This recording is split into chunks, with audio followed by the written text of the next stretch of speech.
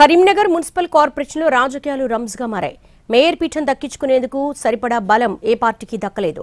మొత్తం 66 డివిజన్లకు గాను 30 స్థానాలు గెలుపొంది అతిపెద్ద పార్టీగా అవతరించింది బీజేపీ. కాంగ్రెస్ 14, బీఆర్ఎస్ 9, ఎంఐఎం 3 స్థానాలు దక్కించుకున్నాయి. ఇక మిగిలిన 10 స్థానాలను రెబల్స్, ఇండిపెండెంట్లు కైవసం చేసుకున్నారు.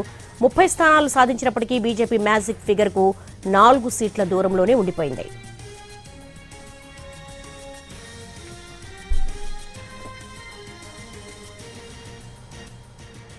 కరీంనగర్ మున్సిపల్ కార్పొరేషన్లో రాజకీయాలు రంజ్గా మారాయి. మేయర్ పీఠం దక్కించుకునేందుకు సరిపడా బలం ఏ పార్టీకి దక్కలేదు. దీనికి సంబంధించి మోర్ డీటెయిల్స్ మా ప్రతినిధి భాస్కర్ అడిగి తెలుసుకుందాం. భాస్కర్, మేయర్ పీఠం దక్కించుకునేందుకు ఏ పార్టీకి సరిపడా సంఖ్యాబలం లేదు. ఏం చేయబోతున్నాయి, ఎవరెవరు ఎట్లాంటి స్ట్రాటజీస్ అమలు చేస్తున్నారు?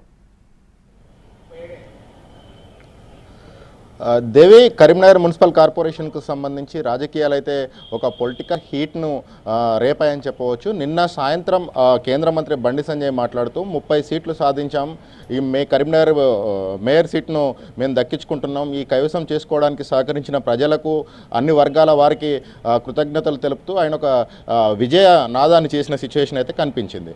మేయర్ తమదే అని చెప్పేసి ఒక సంకేతాలను కూడా స్పష్టంగా నిన్న సాయంత్రం బండి సంజయ్ ఇచ్చారు. అయితే ఈరోజు కొద్ది గంటల వ్యవధిలోనే ఈరోజు మధ్యాహ్నం ఒక ప్రెస్ మీట్లో సంజయ్ మాట్లాడిన మాటలు కొత్త రకమైన అనుమానాలకు కరీంనగర్లో తావిచ్చాయి. ఒక్కసారిగా పొలిటికల్గా ఆసక్తికర చర్చ అయితే సాగుతూ ఉన్నది. అవి ఏంటంటే, బండి సంజయ్ నిన్న కరీంనగర్ మేయర్ బీజేపీ అవుతుందని చెప్పిన బండి సంజయ్ కొన్ని గంటల వ్యవధిలోనే కరీంనగర్ మేయర్ తమకు దక్కకుండా అన్ని పార్టీలు కలిసి కుట్ర చేస్తున్నాయని చెప్పేసి ఆ మాటల సారాంశం.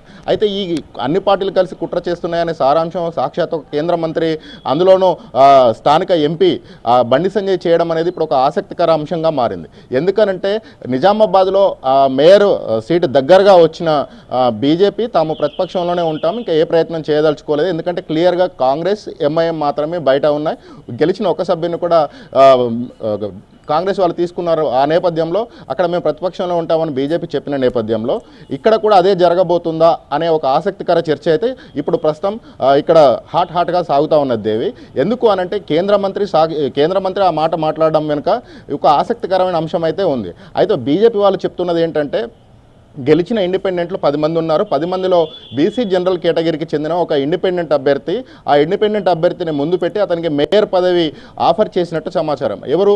కాంగ్రెస్ పార్టీ, తర్వాత బీఆర్ఎస్ పార్టీ. ఈ రెండు పార్టీలు ఎలాగో కలవాయి కాబట్టి, కలిసినా కూడా కాంగ్రెస్, ఎంఐఎం, తర్వాత బీఆర్ఎస్ ఈ ముగ్గురు అపవిత్ర పొత్తు పెట్టుకున్నారని చెప్పేసి బీజేపీ నుంచి అపవాదు వస్తుంది. కాబట్టి మేము ఒక ఇండిపెండెంట్ అభ్యర్థిని తీసుకొచ్చి, ఇండిపెండెంట్ అభ్యర్థికి మేము మద్దతు ఇచ్చాం, బయట నుంచే మద్దతు ఇచ్చాము, అతను మేయర్ కావడానికి సహకరించామని చెప్పుకోవడం కోసం ఇది రాజకీయంగా వ్యూహాత్మకంగా అధికార ప్రతిపక్ష నేతలు ఈ ప్లాన్ చేశారు. అతను మేయరు నువ్వు ఏర్పాట్లు చేసుకో అని చెప్పేసి, ఆ ఏర్పాట్లు చేసుకోమని చెప్పేసి అతనికి సంకేతాలు కూడా ఇచ్చారు. ఈ సంకేతాలు ఇచ్చిన నేపథ్యంలో అతను కొంతమంది బీజేపీ సభ్యులకు కూడా అతను ఫోన్ చేసి, మీరు నాకు సహకరించండి, నేను అన్ని రకాల హంగులు వనరులు సమకూరుస్తానని చెప్పేసి ఆ ఇండిపెండెంట్ అభ్యర్థి చెప్పారనేది బండి సంజయ్ టాక్. అయితే ఈ నేపథ్యంలో అంటే అన్ని పార్టీలు కలిస్తే బీజేపీ బలానికంటే ఎక్కువ అవుతారు. ఎంఐఎం, ఇండిపెండెంట్లు, కాంగ్రెస్, బీఆర్ఎస్ వీళ్ళంతా కలిస్తే బీజేపీ కంటే ఎక్కువ అవుతారు. ఎక్సెప్షియో ఓట్లను కనుక వేసుకుంటే బీజేపీకి మేయర్ దక్కదేమో అన్న ఒక రకమైన ఆందోళన బండి సంజయ్ మాటల్లో కనిపించింది. కాబట్టి ఈ రాత్రికి ఏం జరుగుతుంది, కరీంనగర్లో రాజకీయం ఏ విధంగా ఉండబోతుంది అనేది ఒక ఆసక్తిగా మారింది. కాంగ్రెస్ ఆ రకమైన ప్రయత్నం చేస్తుందా, బీఆర్ఎస్ సహకరిస్తుందా, ఇండిపెండెంట్ మేయర్ కైవసం చేసుకుంటారనేది ఆసక్తిగా మారింది. All right Bhaskar, thanks for the live updates.